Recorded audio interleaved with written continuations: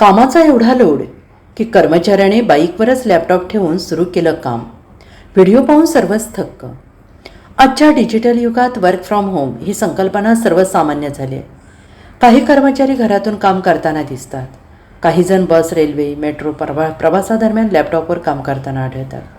मात्र अलीकडे सोशल मीडियावर व्हायरल झालेल्या एका व्हिडिओने सगळ्यांनाच आश्चर्याचा धक्का दिला आहे.